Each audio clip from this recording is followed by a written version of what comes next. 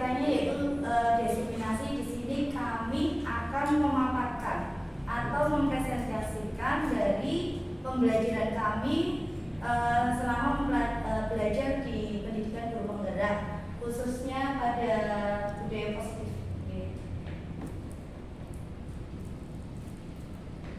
Penyebaran budaya positif.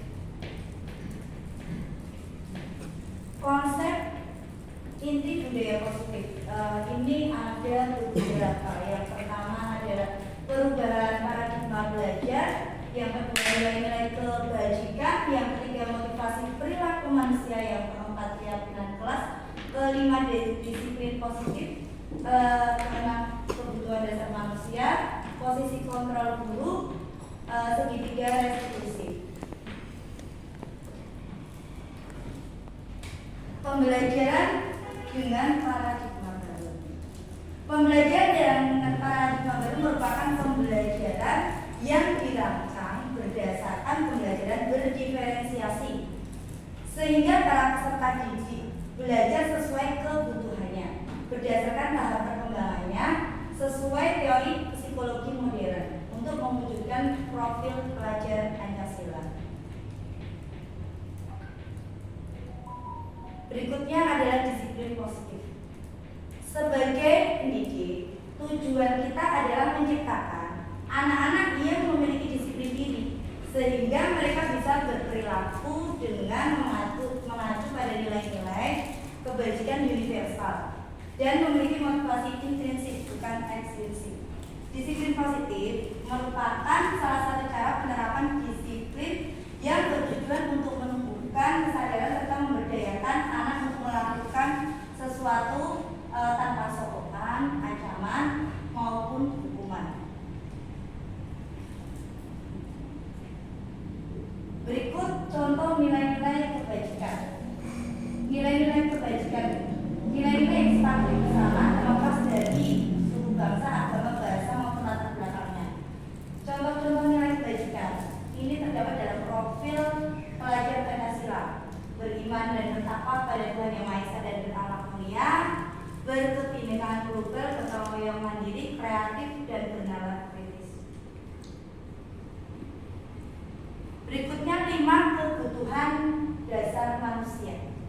Ada yang pertama adalah penguasaan, kemudian kasih sayang dan rasa diterima, kemudian kesenangan, kebebasan.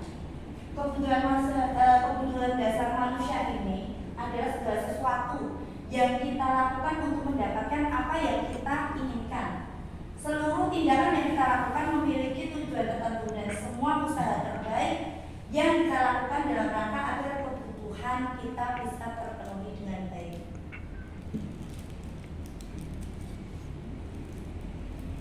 Ini tadi 5 kebutuhan dasar manusia dan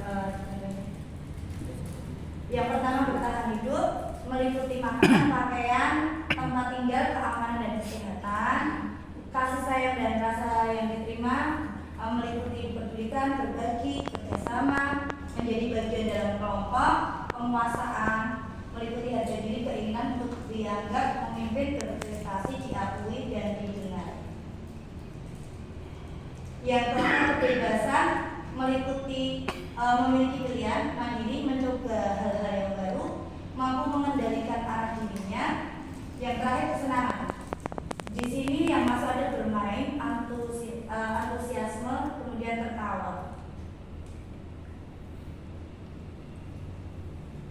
Motivasi perilaku manusia ada 2. Motivasi ekstrinsik, yang kedua adalah motivasi intrinsik. Di sini untuk menghindari ketidaknyamanan atau hukuman, kemudian untuk mendapatkan imbalan, penghargaan dari orang lain. Ekstrinsik berasal dari luar, kemudian intrinsik dari dalam, untuk menjadi orang yang mereka inginkan dan penghargaan dan menghargai diri sendiri dengan nilai-nilai yang mereka percaya.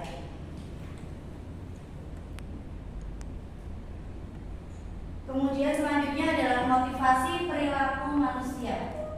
Ada hukuman, penghargaan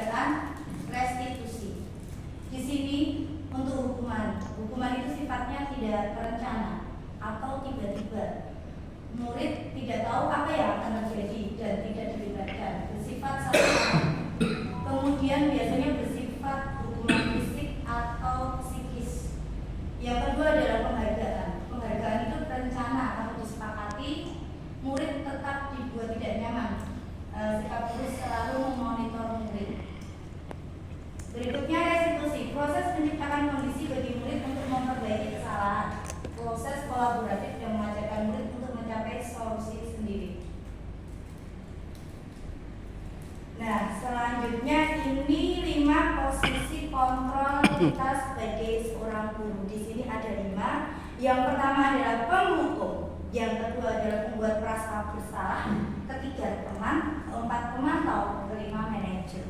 Ini posisi kontrol kita sebagai seorang guru. Nah, ini adalah contoh penerapannya di sekolah. Penghukum, contohnya menghukum murid berhormat pada bendera selama 1 jam. Membuat merasa bersalah beberapa kali, Bapak Ibu harus memberitahu kamu selalu menghasilkan Bapak Ibu. Jadi dalam membuat merasa bersalah ini kita benar-benar berbicara dengan murid seolah memang murid itu memiliki kesalahan dan dia di dalamnya itu bisa tercipta rasa bersalah seperti itu. Kemudian teman ini sering sekali juga ya kita ketika di dalam kelas itu kita menduduki sebagai seorang teman dengan murid. Nah di sini ayo dong ikuti aturan sekolah, lain kali jangan sampai berbuat ini lagi ya. Banyak contohnya di kelas kita seperti itu. Selanjutnya pemantau ini contohnya kamu sudah melanggar peraturan sekolah, setelah upacara kamu melihat berikutnya recuperasi dan jangan ulangi lagi ya. Yang terakhir manajer, apakah kamu tahu kesalahanmu? Kira-kira bagaimana kamu memperbaiki kesalahanmu? Nah ini contoh-contoh dari tadi yang membuat merasa bersalah, bisa mengatakan saya kecewa sekali dengan ini kata-kata yang kalau kita ucapkan ke murid itu mengandung dari perasaan murid itu dia bisa timbul rasa bersalah. Penghukum, kamu tidak pernah benar melakukannya. Itu juga kata-kata yang mengandung penghukum. Bisa juga, jadi langsung mendikte ke anaknya seperti itu. Manajer, di sini kita berposisi sebagai seorang manajer. Apa rencanamu untuk menyelesaikan masalah ini? Di video kemarin yang ditugaskan di pendidikan guru penggerak, kami juga menyusun 2 masalah. Masalah yang pertama itu kalau untuk saya adalah anak yang duduk-duduk di jendela ketika guru baru apel di bawah. Anaknya duduk-duduk kemudian langsung senyum disuruh temannya enggak. Yang kedua rame di dalam perpustakaan seperti itu. Kemudian kita juga dilatih bagaimana cara untuk mengatasi anak tersebut.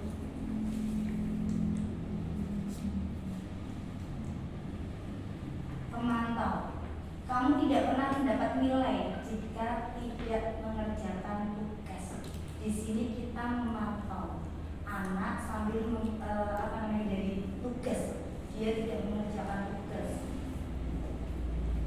Nah, berikutnya mau dilanjutkan lagi.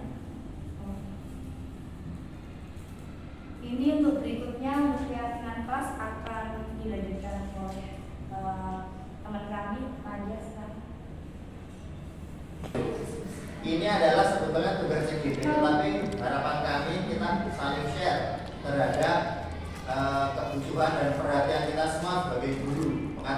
Kami mengajak kelas atas karena kemarin teman-teman kami mengundang kelas bawah seperti itu, kecuali kameramen handal kita.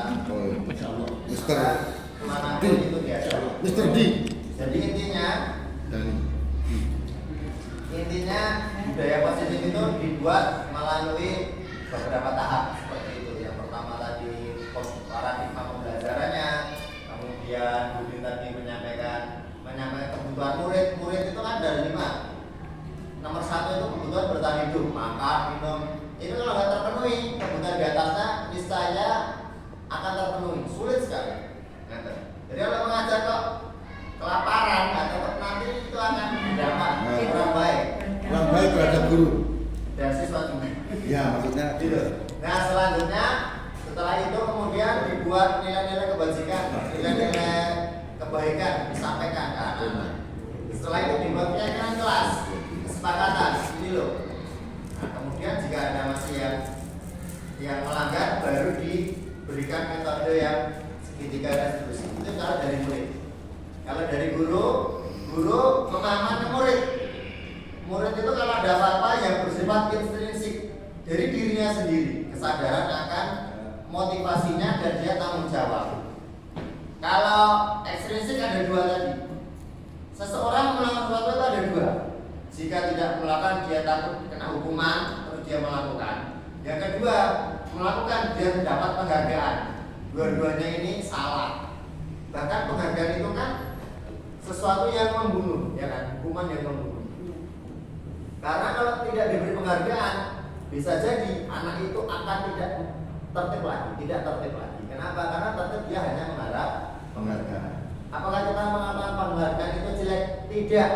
Penghargaan dalam suatu kondisi tertentu juga baik, seperti itu. Nah, selanjutnya setelah dibuat keyakinan kelas, baru ya restitusi tadi, guru memaafkan anak. Yang terakhir, guru menjadi 5 posisi kontrol. Yang pertama tadi sudah disampaikan, 1 sebagai penghukum. Penghukum ini cuma sepihak, ya. Pihak. Ya. Yang kedua, memberi rasa bersalah seperti yang dicontohkan tadi. Kita melakukannya kadang-kadang. Penghukum. Kita juga kadang-kadang memberi rasa bersalah. Sering. Yang ketiga, kita sebagai teman. Teman itu tempat sharing, tapi dia tidak memberi rasa bersalah. Jadi di atasnya. Nomor 3 dia. Sini ada apa? Tadi telat kenapa? Hanya kita teman. Gitu. Tidak ada Tanya, solusi. tapi ini sudah baik tanya. Kalau pemantau, mantau saja. Mantau saja. Oh itu si A kurang perhatikan. Yang terakhir sebagai manajer, yaitu manage. Dia mengatur memang. Dia mengetahui kekurangan anak, kesalahan anak, kemudian dia merencanakan proses evaluasinya dan merencanakan proses untuk mengatasi persoalan itu dengan restitusi tadi. Nah, sekarang kita diskusi yang selanjutnya. Untuk berikutnya adalah sesi diskusi nih. Monggo kami persilakan.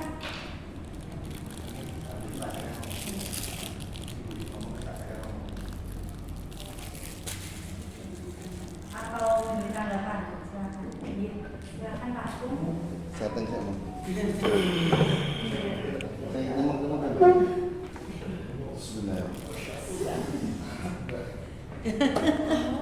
Assalamualaikum warahmatullahi wabarakatuh. Waalaikumsalam warahmatullahi wabarakatuh. Luar biasa presentasinya, kita beri aplaus kepada guru penggerak kita untuk memotivasi saya dan teman-teman untuk selalu berbuat baik dalam pendidikan dan menjadi peserta didik sebagai sang pencerah. Oke, terima kasih waktu yang diberikan pada saya.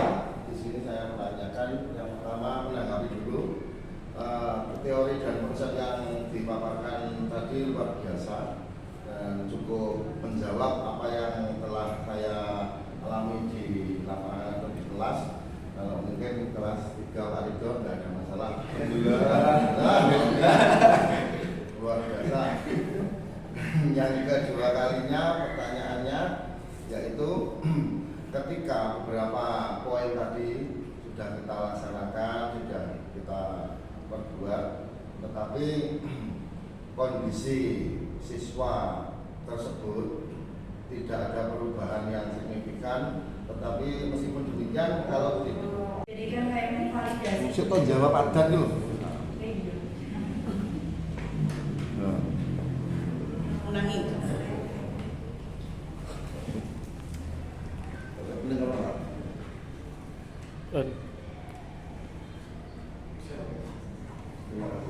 Dari beberapa strategi yang paparkan tadi sudah dicoba di lapangan. Mungkin lebih tepatnya dengan yang menjadi catatan mungkin salah satunya kondisi siswa ataupun anak itu berbeda-beda. Tapi lebih tepatnya menurut saya yang dipaparkan tadi yaitu lebih 2024 bagi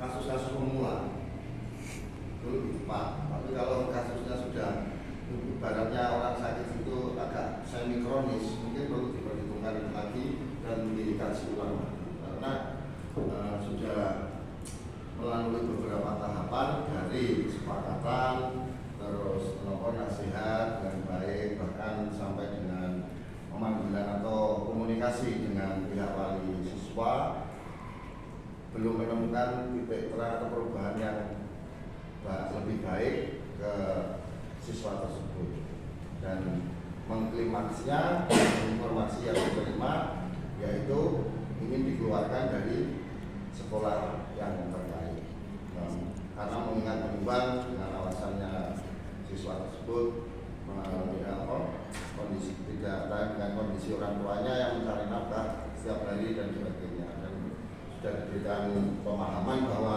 tugasmu di sini ya sebagai pelajar yaitu belajar dengan baik, dengan rajin, dan tugas orang tua itu membiayai, memberikan fasilitas terhadap proses pembelajaran dan sebagainya. Tapi untuk jalannya waktu menurut saya belum ada perubahan yang begitu bagus.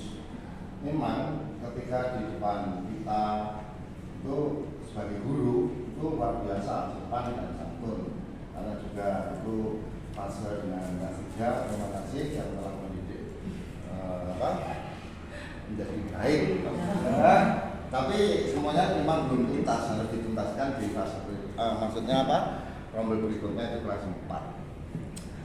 Pertanyaan saya, mungkin ada strategi yang jitu atau evaluasi terhadap kasus yang ada di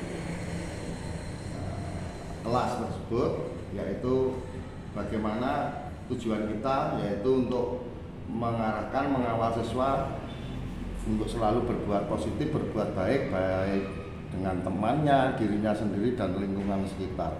Karena banyak masukan kondisi anak tersebut, bagaimana di rumah, bagaimana lingkungan di sekitar, informasi, data sudah kita gali dari siswa tersebut juga, orang tua dan wali siswa yang lain. Demikian. Terima kasih mohon masukannya, semoga masukan tersebut membawa kita untuk selalu berbuat baik demi kemajuan dan kemaslahatan umat manusia, khususnya SD Muhammadiyah 1. Terima kasih yang kita sembah. Assalamualaikum warahmatullahi wabarakatuh.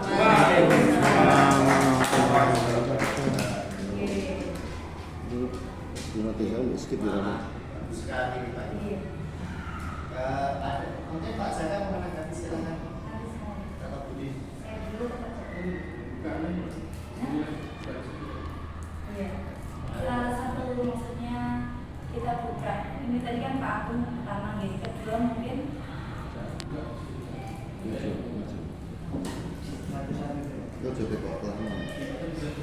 Saya jawab dulu. Untuk saya jawab deh. Untuk pertanyaannya Pak Agung tadi. Ya, sedikit sharing ya Pak Agung. Siap. Karena memang putra kelasnya Pak Agung ini benar-benar spesial nih. Gitu. Karena sudah dari awal sudah Pak Agung mendampingi. Kalau dari segitiga restitusi sebenarnya Pak Agung sudah menjalankan semuanya gitu. Jadi kalau saya nilai memang anaknya ini yang pertama yang perlu dirubah itu dari dirinya dulu. Jadi kalau saya menanggapi dan saya melihat Pak Agung, sebenarnya Pak Agung sudah membuat rasa bersalah sudah, sebagai teman sudah, penghukum sudah, pemantau sudah. Saya lupa menyampaikan. Untuk istilah penghukum ini Bu di wanita yang terhormat, saya kurang begitu sepakat karena terlalu berat gitu. Dari tadi yang saya ini, apakah itu sudah konsep atau teorinya dari JDP saya tidak tahu. Tetapi saya kurang sepakat. Lebih tepatnya mungkin sanksi aja, karena ini anak belum. Ya, itu Bu. Terima kasih. Terima kasih. Akan kami sampaikan kepada nanti kami sampaikan. Ya, istilahnya setiap anak itu biasanya kalau berbuat seperti itu karena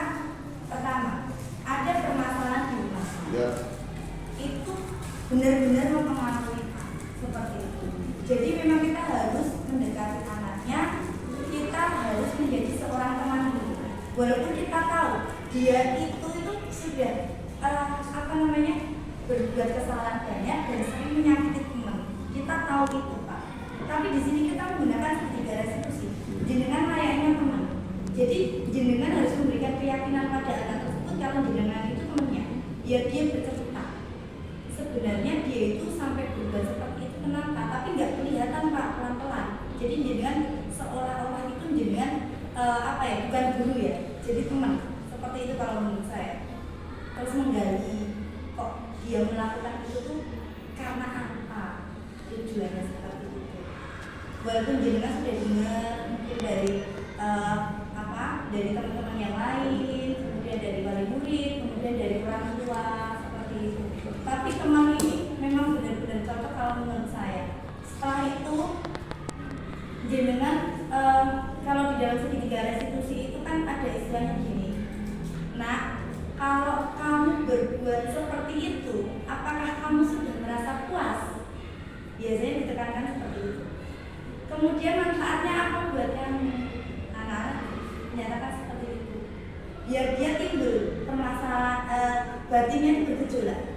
Kemudian setelah itu, nah kalau kamu sudah melakukan itu, akibat apa yang bisa kamu timbulkan buat diri kamu dan buat orang lain? Jadi anak-anak itu benar paham seperti itu aku. Kalau di segitiga restitusi, setelah itu kita bertindak sebagai itu nih, mengarahkan, manajer. Jadi kita setelah anak itu nanti bilang sendiri, ya saya melakukannya karena iseng, karena di rumah saya juga orang tua tidak memperhatikan, terus di sekolah mungkin teman-teman menjauhi aku, teman-teman nggak perhatian sama aku karena dia sadar mungkin. Karena saya itu banyak isengnya, karena saya itu banyak kesalahan, jadi teman-teman menghindari saya. Jadi itu sebenarnya gejolak batin di sini Pak Abi. Kalau saya lihat seperti itu, sebenarnya dia sadar, dia berbuat salah seperti itu, dia tahu Pak. Tapi karena itu yang diinginkannya, jadi dengan memang harus menggunakan segitiga restitusi ini semakin mendalam Pak. Seperti itu kalau menurut saya. Setelah itu juga manajer mengarahkan. Nah, kalau kamu sudah tahu seperti itu, coba sifat yang salah atau mungkin sifat yang jelek dari diri kamu, apa yang kamu lakukan agar teman-teman bisa dekat dengan kamu, terus menilai kamu tidak anak yang mungkin suka berbuat kusir seperti itu Pak manajer. Mungkin dari saya seperti itu bisa ditambahkan. Baik, itu permasalahan yang cukup berat. Memang sistem dari segitiga restitusi ini kasus per kasus tentu akan berbeda hasilnya. Ya, permasalahan sederhana seperti yang saya tunjukkan tadi, iseng bercanda tapi menyakiti atau mendolimi istilahnya temannya, ini tentu akan lebih mudah dari sisi untuk menyadarkan anak. Tapi kalau sudah tingkat lanjut sesuatu yang negatifnya derajatnya lebih tinggi, ini memang pendalaman kejiwaan anak saya. Jadi pada strategi yang pertama itu ditekankan dulu validitas kesalahan tadi ya, validasi kesalahan tadi ya. Itu harus ditekankan dulu sampai betul-betul anak itu menyadari dan mengakui kesalahan. Ini tidak mudah. Pada banyak kasus tidak mudah membuat anak sadar bahwa ini adalah perilaku yang ada yang ikut-ikutan temannya dan sebagainya karena pengaruh tidak bisa. Atau anak ini lingkungan rumah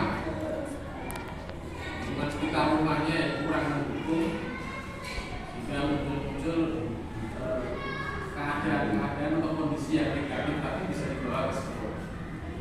Tentu yang pertama betul-betul sebagai guru ini mampu meyakinkan anak tadi untuk validasi kesalahannya supaya nanti saat selanjutnya akhirnya dia mengakui, kemudian dia berusaha menyelesaikan masalahnya tadi karena kita kembalikan keyakinan kelasnya, kemudian setelah itu selesai dengan masalah.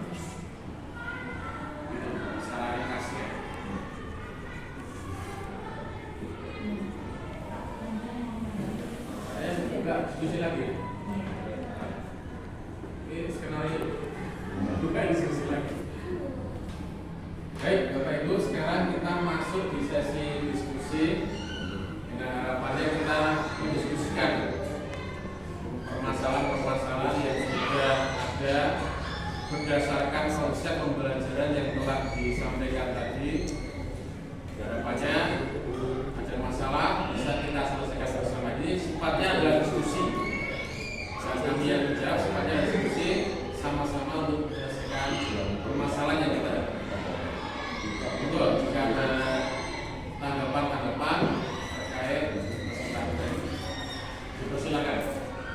Assalamualaikum warahmatullahi wabarakatuh. Terkait motivasi manusia, terutama pada hukuman. Tadi sudah disampaikan Pak Agung, hukuman kelihatannya berat sekali.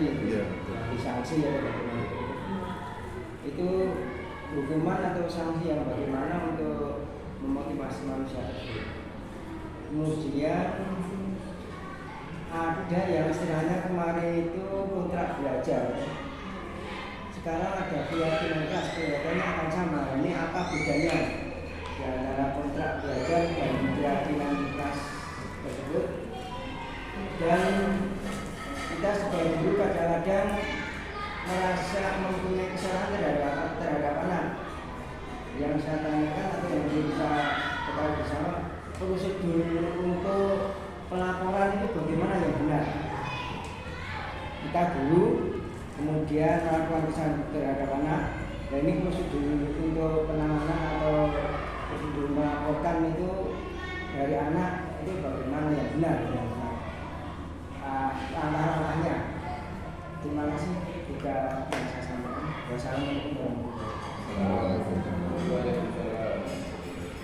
Terima kasih Pak Munir untuk kontrak belajar dengan keyakinan kelas itu memang mirip-mirip bersama.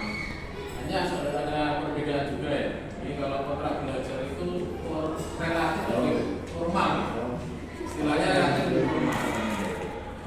Dan biasanya kalau kontrak belajar yang dibuat wali kelas ya, sudah disusun, biasanya kan sudah disusun kemudian di print dan ditempel atau dipasang di kelas. Jadi konsepnya kalau kontrak belajar ini mencakup tujuan belajarnya, metode pengajarannya, nanti bagaimana cara pembelajarannya, kemudian ada juga yang bersama dengan keyakinan kelas tadi apabila kamu di sekolah disiplin sejak masuk awal masuk di halaman sekolah, masuk kelas harus apa sebetulnya dan sebagainya. Sementara kalau keyakinan kelas ini lebih mengacu pada keyakinan bersama dengan anak-anak. Makanya tadi disebutkan apa ya usulannya apa anak-anak ini, norma apa saja. Guru menjelaskan norma-normanya dulu, norma kesopanan, saling menghargai, kesehatan dan sebagainya. Anak-anak mengajukan usulan-usulan. Nah setelah itu kita hadapi bersama, diringkas dan direfleksi. Itu saya kira pemahaman saya kaitannya dengan kontrak belajar dan keyakinan kelas ini hampir ada persamaan, tapi ada sedikit juga perbedaan. Nah biasanya kontrak belajar lebih ke wali kelas yang khususnya. Anak tinggal menerima. Jadi kalau biasanya kan masuk ada sanksinya. Sanksinya apa? Kalau anak melanggar. Gitu tuh yang perbedaan antara kontrak belajar dan keyakinan kelas. Yang mau nambahin? Kita sama-sama sharing diskusi. Kalau kontrak kelas sama keyakinan kelas dan peraturan kelas itu pada akhirnya sama, Pak. Cuma kamu dalam konteks dikaitkan dengan teori pendekatan CGP itu dengan istilah keyakinan kelas. Barangkali kalau meyakini nilai-nilai pokok kebajikan itu akan terbangun motivasi dari dirinya sendiri. Seperti itu. Jadi mungkin harus kalau boleh mungkin kayuran. Iya. Dan benar semua.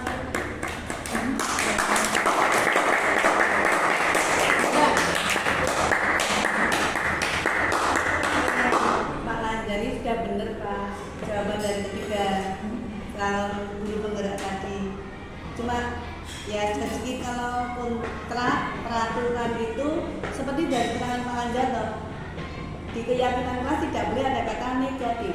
Misalnya tidak boleh membuang sampah di sembarang tempat. Nah itu kita nanti menjaga kebersihan. Nah itu saja.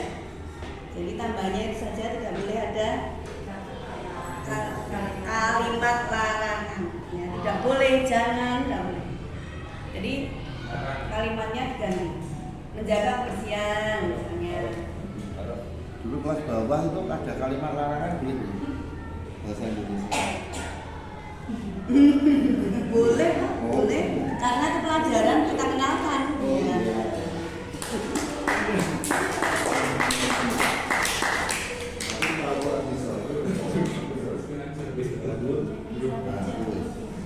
Monggo, mungkin ada pertanyaan atau tambahkan lagi.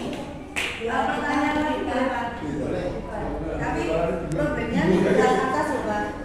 Apa bisa diselesaikan dengan segitiga restitusi ya kalau di kelas atas itu sudah masalahnya sudah tidak ejek-ejekan, tidak fisik, tidak pukulan, tapi perasaan. Bisa. Ya, sudah enggak. Laki-laki menyukai perempuan. Itu memang wajar ya. Wajar dan normal. Itu ada tekankan pada anak-anak. Kalian laki-laki suka sama perempuan itu wajar, normal. Nah itu bagaimana kita memberikan pengalaman pada anak-anak supaya itu tidak dilakukan dulu. Itu bagaimana? Bagaimana begitu? Laki-laki hanya mencintai, Dan tidak ini mencintai. belum waktu yang tepat. Kadang-kadang kan anak-anak Ya. kurang apa ya? Siap. Saya Iya. dari pertanyaan Bu Eni. Ya. Ini pernah saya alami di kelas 3 yang sekarang naik ke kelas 4.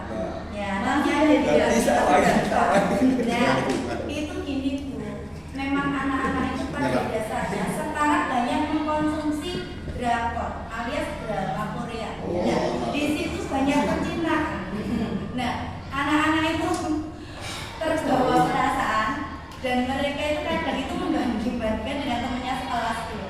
Lama-lama itu kok ya ganteng ya ini ya, kan timbul seperti ini kok kayaknya ini ya, kok aku kayaknya asik banget ngobrol. Jadi mereka itu seolah-olah menyangkut pautkan sehingga timbul yang namanya rasa suka. Nah, dari rasa suka ini delalanya itu yang si cowok ini menanggapi dalam artian dia itu juga dekat menanggapi gitulah yang perempuan ini akhirnya tambah. Nah, dengan itu curhat sama saya juga. Din, aku itu loh sayang sama dia loh. Kelas papat Ini mandi, seperti limo, itu. jebo-jebo, Nah, ini ada karena memang saya di kelas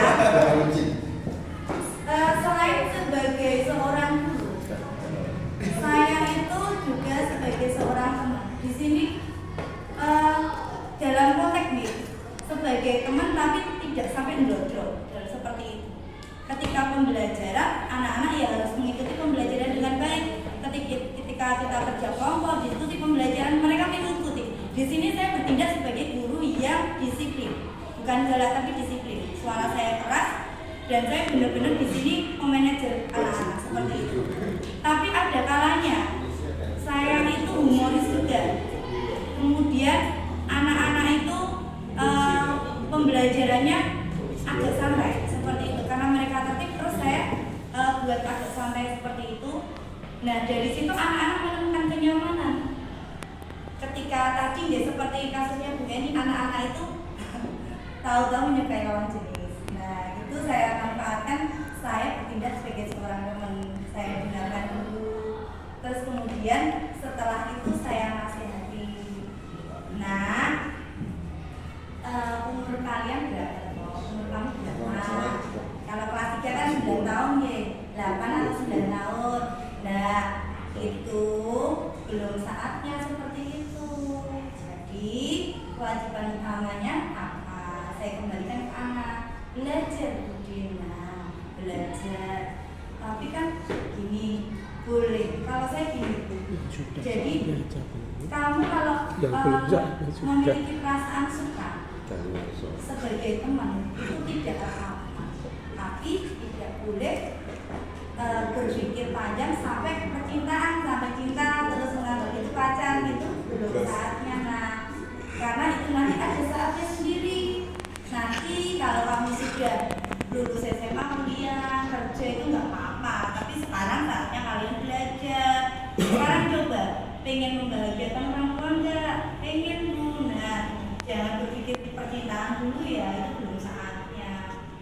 Intinya seperti itu Bu ini kalau saya menanggapinya kemarin.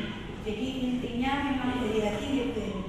Kita jangan langsung menjuk ke anak gitu. Ya kita memang pada, kamu kok cinta sama dia sih? Kamu kok sekarang nggak boleh seperti itu.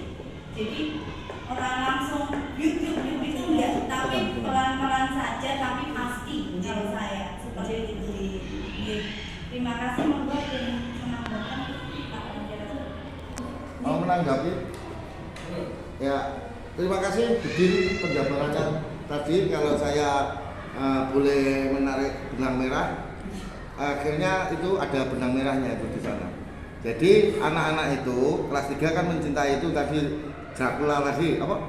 Drakor. Nah, itu kelas 4 mencoba membiasakan itu coba kelas 5 mulai berani. Nah, kelas 6 mungkin gagal. Sebetulnya itu. Terima kasih. Berarti akar masalah Dari kelas kelas 2 Pak, maaf ini dari kelas kalau yang saya kemarin ya. Waktu kelas 2. Kelas 2 ternyata. Oh, berarti dari kelas 2 Pak.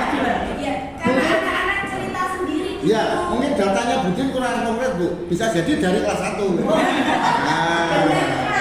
Karena gelaran paham Iya. ya Pak. Ini kelas 1, kelas 2 kan sekelas Iya. sampai kelas 3. Nah itu kan masih satu kelas. Nah di situ tuh sing disukai di sekelas Pak. Gelaran makin paling gampang seperti itu. Gimana Bapak? Biasanya yang suka sekali Bapak. Iya, untuk closing statement Pak Imam dan Pak Baruno. Ya. Ini tadi untuk closing statement kami itu. Ya. Ini kan untuk kita bersama ya. Ya. Silakan. Kalau dari dorongan Ya bagaimana cara melintasinya ya? Oh, iya. Bu, ini belum nikah, masih Mbak. Soalnya sekarang tuh ada HP. Ya. Anak-anak itu yang kelas 6 ya. WA anak itu jam 10 sampai jam 1 ya. Saya punya buktinya sih. Saya punya buktinya sih. Dan kakak-kakaknya ya. Malam cantik. Kita mau Anda yang ngajari ya. Dua-duanya bucin, iya.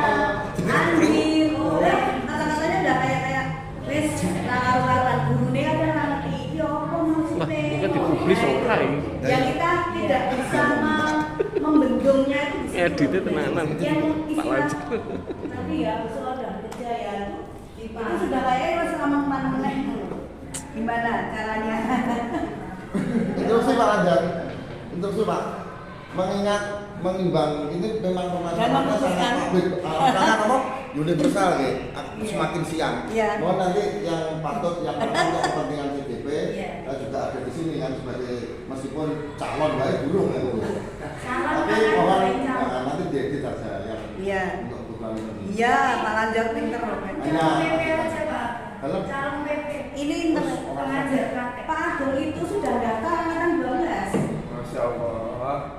saya dapat info yang mendaftar 11 nanti dimudahkan jalan bulan ke PPG. Ayo Pak. Kementerian Yang bisa aku beli rokok Pak saya, Bapak Ibu, akan saya di jalan ke PPG. Tapi aku beli rokok ya. Aku tak kira hiji. Yang lolos Yang hiji. ini nggak ikut PPG langsung Pak. Dan terus apa ada apa Pak? Pak Pak. Dulu enggak Pak. Kira kerja nih. Kita kayak dulu ya. Terus dulu. Jadi dulu. Dari mana? Ya, masih statement sebelum maksimal jam 12 malam. Nggih. Pak Baruno Atau ibu-ibu ngomong ketemu. Pak Baruno dulu. Dan dirasakan. Pak Baruno. Aku ngomong hiji. Ya baik. Ya nanggapi lah. Terima kasih atas waktunya menanggapi permasalahan yang tadi muncul di kelas 6 di kelas 6 ini tadi. Alangkah baiknya memang kita harus bekerja sama dengan orang tua dari wali siswa dari siswa itu tersebut. Jadi jangan sampai di sekolah kita itu seolah-olah ya apa tadi sebagai teman dan juga itu kalau kata pertama saya juga kurang sepakat itu Punisher. Toxic. Jadi pengadil saja Nah. cukup kan ya. The Punisher. Kita harus kerjasama dengan orang tua juga, jangan sampai kita tuh di sekolah ngandani tapi di rumah itu seakan-akan dibiarkan saja. Iya. Itu yang menjadi, kalau dari sudut pandang saya, yang kurang maksimal terhadap permasalahan ini. Jadi memang alangkah baiknya juga handphone yang dimana anak-anak kita sekarang itu kelas 6, kelas 5 hampir semua sudah memegang, dan kita juga nggak tahu di rumah itu ngapain saja. Memang itu harus ada kontrol dari orang tua. Kalau dari sudut pandang saya sih gitu. Terima kasih. Pak Imam. Tambahan. Iya. Ini Pak Imam udah dewi ya. Banyak. Sing marai kali kelas itu. Saya deklarasi Pak Imam. Kebijakan nih, gimana kebijakan Pak? Teman-teman. Baik, Assalamualaikum warahmatullahi wabarakatuh. Terkait diskusi kita tadi terkait dengan 5 dasar kebutuhan manusia dan 5 posisi controlling guru, itu merupakan 2 hal yang saling berkaitan. Kenapa? Karena dengan adanya perkembangan problematika siswa yang berada di sekolah itu dua-duanya saling terkait, di mana siswa itu sebetulnya memiliki 5 dasar kebutuhan yang harus terpenuhi oleh siswa kita, di mana di satu sisi kita sebagai pendidik juga memiliki 5 posisi controlling, di mana 5 posisi itu merupakan hal yang sangat strategis bagaimana untuk meminimalisir terjadinya problematika di sekolah. Kemudian ada hal lagi di buku Akad ini, habis gelap terbitlah terang. Jadi setiap ada permasalahan pasti ada jalan keluar. Ada lagi statement, ada asap pasti ada apinya. Jadi ketika ada asap, kita cari akar permasalahan, akar rumputnya. Ketika ada akar permasalahan siswa kita sudah ketemu, disitulah nanti poin-poin penting yang bisa kita selesaikan. Kemudian tadi itu yang disampaikan oleh Pak Darno, kita sistemnya adalah sistem kolaborasi, kerjasama. Tidak hanya sekolah saja, melainkan semua stakeholder yang ada di sekolah juga orang tua. Karena permasalahan siswa yang di sekolah itu belum tentu akar rumputnya itu dari sekolah, bisa jadi dari lingkungan, bisa jadi dari rumah. Maka di sini sangat penting kita duduk bersama antara sekolah, semua pemangku kepentingan, termasuk di dalamnya orang tua yang mungkin tahu permasalahan siswa di rumah. Jangan-jangan permasalahan yang ada di sekolah, terbawa di sekolah itu sumbernya dari rumah. Jangan-jangan apinya itu dari rumah. Maka tadi prinsip kolaborasi antara orang tua, guru, sekolah, dan mungkin masyarakat duduk bersama. Terima kasih.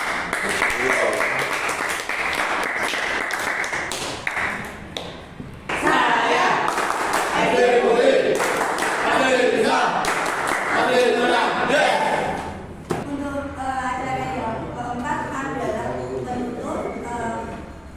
Sebelum kita tutup, saya ucapkan banyak terima kasih kepada Bapak Ibu guru sekalian yang sudah meluangkan waktu untuk mengikuti destinasi penyebaran budaya positif sebagai bentuk aksi nyata kami di modul 1.4 ini. Kami berharap semoga sedikit paparan dari kami bisa bermanfaat untuk kita semua. Demikian kita tutup dengan ucapan bersama-sama. Alhamdulillahirabbil alamin. Wassalamualaikum warahmatullahi wabarakatuh. Waalaikumsalam warahmatullahi wabarakatuh. Untuk berikutnya adalah sesi diskusi. Monggo kami persilahkan.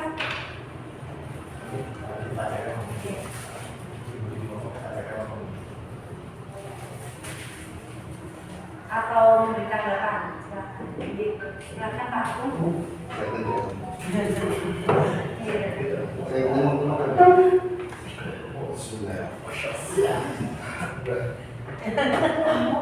Assalamualaikum warahmatullahi wabarakatuh. Luar biasa presentasinya, kita beri close kepada guru kita. Terima kasih saya dan teman-teman untuk selalu berbuat baik dalam hidup. dan peserta didik sebagai sang pencerah. Oke, terima kasih waktu yang diberikan pada saya. Di sini saya menanyakan yang pertama menanggapi dulu teori dan konsep yang dipaparkan tadi luar biasa dan cukup menjawab apa yang telah saya alami di lapangan atau di kelas. Kalau mungkin di kelas 3 Pak Ridho tidak ada masalah. Luar biasa. Yang kedua kalinya pertanyaannya yaitu ketika beberapa poin tadi sudah kita laksanakan, sudah kita perbuat, tetapi kondisi siswa tersebut tidak ada perubahan yang signifikan, tetapi meskipun demikian kalau di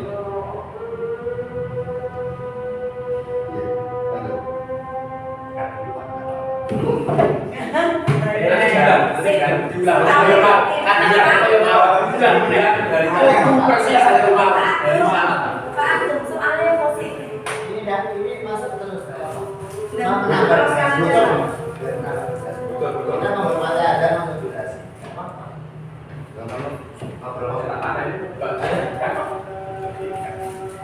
Ini kata-kata yang mau. wah, enggak kan bener itu yang pakai kok. Kata nikmat, sama. Aku suka banget.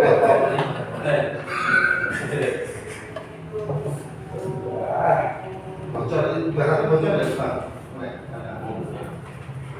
Banyak bocor gambar.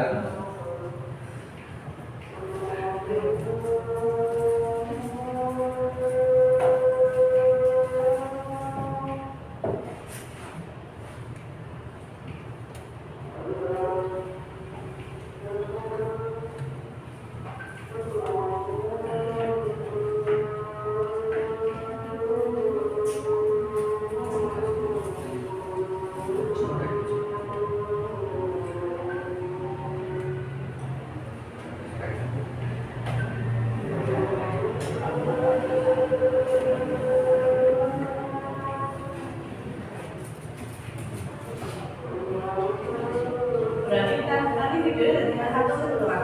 Ya, saya yang kita Yang saya kirim Pak Anda ngarep tuh ya. Oke. Pengirim mungkin ngarep, maka Kolaborasi. Iya benar. Ya Bu, kalau kayak kemarin tuh kelamaan kasihan audiennya 3 jam kemarin tuh. Kalau satu tuh apa ya? Iya.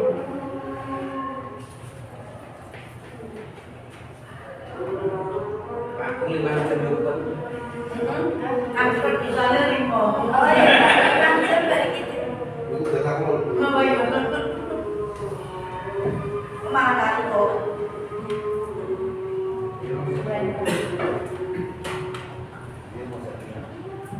Pak, dia mau saya apa?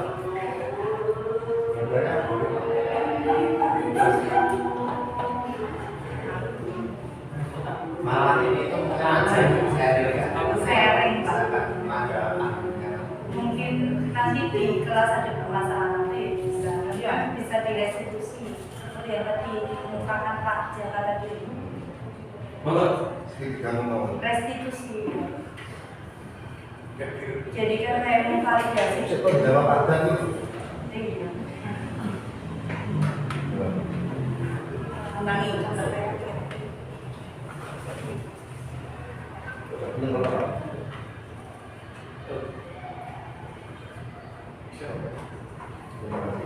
Dari beberapa strategi yang dipaparkan tadi sudah dicoba di lapangan. Mungkin lebih tepatnya dengan yang menjadi catatan mungkin salah satunya kondisi siswa ataupun anak itu berbeda-beda. Tapi lebih tepatnya menurut saya yang dipaparkan tadi yaitu lebih tepat bagi kasus-kasus pemula itu lebih tepat. Tapi kalau kasusnya sudah ibaratnya orang sakit itu agak semi kronis, mungkin perlu diperhitungkan lagi dan dikaji ulang karena sudah melalui beberapa tahapan dari kesepakatan terus nomor nasihat yang baik bahkan sampai dengan pemanggilan atau komunikasi dengan pihak wali siswa, belum menemukan titik terang atau perubahan yang lebih baik ke siswa tersebut. Dan mengklimaksnya informasi yang diterima yaitu ini dikeluarkan dari sekolah yang terkait.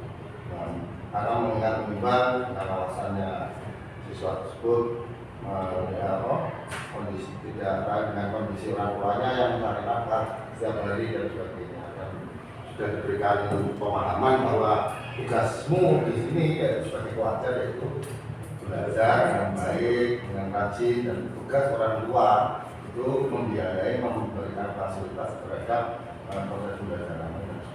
Tapi berjalannya waktu menurut saya belum ada perubahan yang begitu bagus. Memang ketika di depan kita itu sebagai guru itu luar biasa sopan dan santun, karena juga itu fase dengan kelas 3 terima kasih yang telah mendidik menjadi baik. Tapi semuanya memang belum tuntas, harus dituntaskan di fase maksudnya apa? Rombol berikutnya di kelas 4. Pertanyaan saya, mungkin ada strategi yang gitu atau evaluasi terhadap kasus yang ada di kelas tersebut, yaitu bagaimana tujuan kita yaitu untuk mengarahkan mengawal siswa untuk selalu berbuat positif, berbuat baik dengan temannya, dirinya sendiri dan lingkungan sekitar. Karena banyak masukan kondisi anak tersebut, bagaimana di rumah, bagaimana lingkungan di sekitar, informasi, data sudah kita gali dari siswa tersebut juga, orang tua dan wali siswa yang lain. Terima kasih mohon masukannya, semoga masukan tersebut membawa kita untuk selalu berbuat baik demi kemajuan dan kemakmuratan umat manusia, khususnya SD Muhammad Yakub. Terima kasih yang kita cintai. Assalamualaikum warahmatullahi wabarakatuh.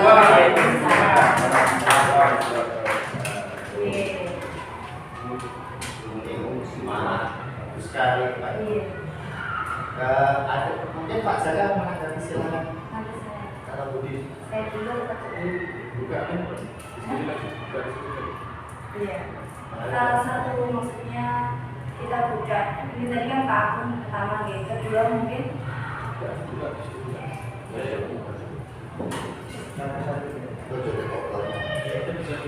Saya jawab dulu mungkin. Untuk saya jawab untuk pertanyaannya Pak Agung tadi. Ya sedikit sharing deh Pak Agung. Karena memang keras-kerasnya Pak Agung ini benar-benar spesial gitu. Karena sudah dari awal sudah Pak Agung mendampingi. Kalau dari segitiga restitusi sebenarnya Pak Agung sudah menjalankan semuanya ini. Jadi kalau saya bilang memang anaknya ini yang pertama yang perlu dirubah itu dari dirinya dulu.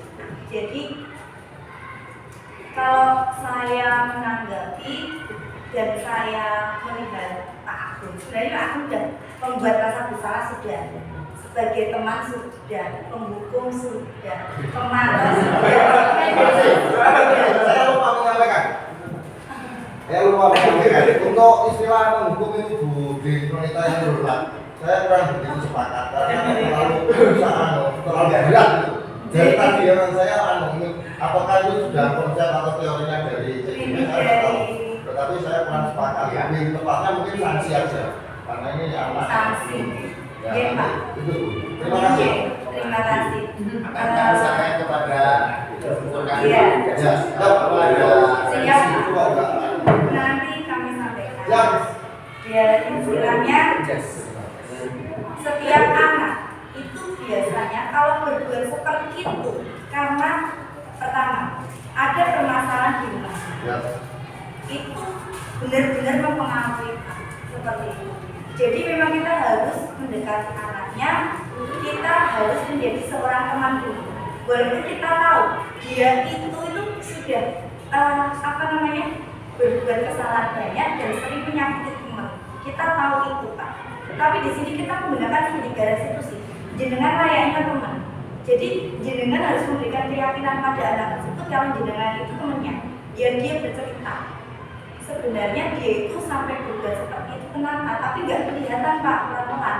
Jadi jenengan seolah-olah itu jenengan bukan guru ya, jadi teman. Seperti itu kalau menurut saya. Terus menggali kok dia melakukan itu tuh karena apa? Tujuannya seperti itu.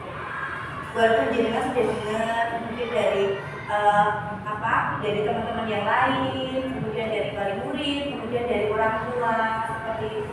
Tapi teman ini memang benar-benar cocok kalau menurut saya. Setelah itu jenengan kalau di dalam segitiga restitusi itu kan ada istilahnya gini. Nah, kalau kamu berbuat seperti itu, apakah kamu sudah merasa puas? Biasanya ditekankan seperti itu. Kemudian manfaatnya apa buat kamu? Anak-anak menyatakan seperti itu. Biar dia timbul permasalahan batinnya itu bergejolak. Kemudian setelah itu, nah kalau kamu sudah melakukan itu, akibat apa yang bisa kamu timbulkan buat diri kamu dan buat orang lain? Jadi anak-anak itu benar paham seperti itu Pak. Kalau di segitiga restitusi. Setelah itu kita bertindak sebagai mengarahkan manajer. Jadi kita setelah anak itu nanti bilang sendiri, ya saya melakukannya karena iseng, karena di rumah saya juga orang tua tidak memperhatikan, terus di sekolah mungkin teman-teman menjauhi aku, teman-teman nggak perhatian sama aku karena dia sadar mungkin karena saya itu banyak isengnya, karena saya itu banyak kesalahan, jadi teman-teman menghindari saya. Jadi itu sebenarnya gejolak batin di sini Pak Agung. Kalau saya lihat seperti itu, sebenarnya dia sadar dia berbuat salah seperti itu, dia tahu Pak. Tapi kalau itu yang diinginkannya, jadi jenengan memang harus menggunakan segitiga restitusi ini semakin mendalam Pak. Seperti itu kalau menurut saya. Setelah itu jenengan manajer mengarahkan. Nah, kalau kamu sudah tahu seperti itu, coba sifat yang salah atau mungkin sifat yang jelek dari diri kamu, apa yang kamu lakukan agar teman-teman bisa dekat dengan kamu, terus menilai kamu tidak anak yang mungkin suka berbuat usil seperti itu Pak manajer. Mungkin dari saya seperti itu bisa menambahkan. Baik, aku untuk permasalahan yang cukup berat, memang sistem dari segitiga restitusi ini kasus per kasus tentu akan berbeda hasilnya. Dan permasalahan sederhana seperti yang saya tunjukkan tadi, iseng bercanda tapi menyakiti atau mendolimi istilahnya temannya, ini tentu akan lebih mudah dari sisi untuk menyadarkan anak. Tapi kalau sudah tingkat lanjut sesuatu yang negatifnya derajatnya lebih tinggi, itu memang pendalaman kejiwaan anak saya. Jadi pada strategi yang pertama itu ditekankan dari validitas kesalahan tadi ya, validasi kesalahan tadi ya, itu harus ditekankan betul-betul sampai betul-betul anak itu menyadari dan mengakui kesalahan tersebut. Ini tidak mudah. Pada banyak kasus tidak mudah membuat anak sadar bahwa ini adalah perilaku yang ikut-ikutan temannya dan sebagainya, karena pengaruh juga bisa. Atau anak ini lingkungan rumah sekitar rumahnya yang kurang mendukung, juga muncul keadaan atau kondisi yang negatif, tapi bisa dibawa ke sekolah. Tentu yang pertama betul-betul sebagai guru ini mampu meyakinkan anak tadi untuk validasi kesalahannya, supaya dia nanti tahap selanjutnya akhirnya dia mengakui, kemudian dia berusaha menyelesaikan masalahnya tadi, dan kita kembalikan keyakinan kelasnya, kemudian setelah itu selesai dengan masalah itu masalah relasinya.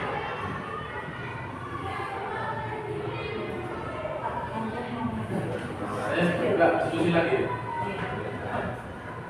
Ini skenario bukan diskusi lagi. Baik Bapak Ibu, sekarang kita masuk di sesi diskusi dengan harapannya kita mendiskusikan permasalahan-permasalahan yang sudah ada berdasarkan konsep pembelajaran yang telah disampaikan tadi. Harapannya ada masalah bisa kita selesaikan bersama. Ini sifatnya adalah diskusi. Sifatnya diskusi sama-sama untuk menyelesaikan permasalahan yang ada.